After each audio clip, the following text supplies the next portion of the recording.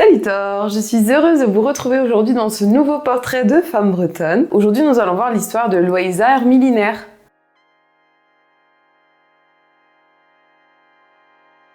Marie-Louise Le Mélinaire, ou Loïsa Ermiliner en breton, naît en 1987 à Languidic et ses parents étaient meuniers, comme l'indique leur nom de famille. Mélinaire signifie meunier en breton. Les parents et leurs 17 enfants sont tous bretonnants et aussi contestataires.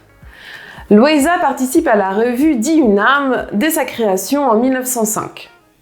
Dihunam était une revue mensuelle en breton pantais et signifie « Réveillons-nous ». Vous trouverez les liens vers les revues scannées en description de la vidéo. On retrouvera souvent dans Dihunam des articles, des lettres, des contes écrits par Loïsa.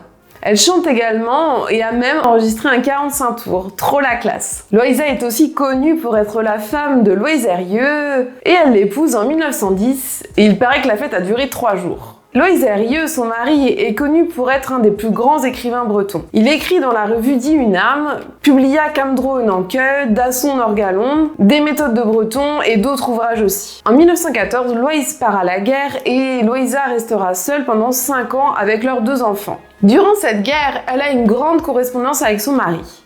Elle reprend sa collaboration avec Dihunam entre les 2 guerres et publie en 1938 son recueil, un recueil de ses textes sous le titre Arbondervillin, qui signifie « Sur le pont du moulin ». Dedans se trouvent les contes qu'elle racontait à leurs 6 enfants lorsqu'ils étaient petits. À partir de 1944, après la Seconde Guerre mondiale, Loïs et Loïsa et leurs enfants doivent se cacher. À la fin de la vie de Loïs, ils habitent à Auray.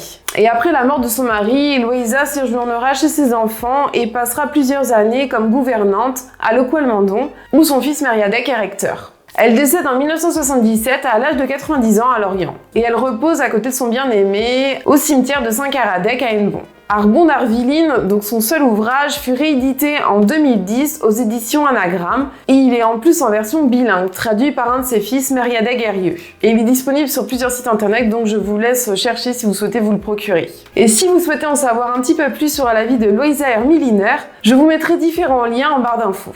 J'espère que ce petit rendez-vous du mercredi vous aura plu. Je vous fais des beaux cœurs et je vous dis à den distro.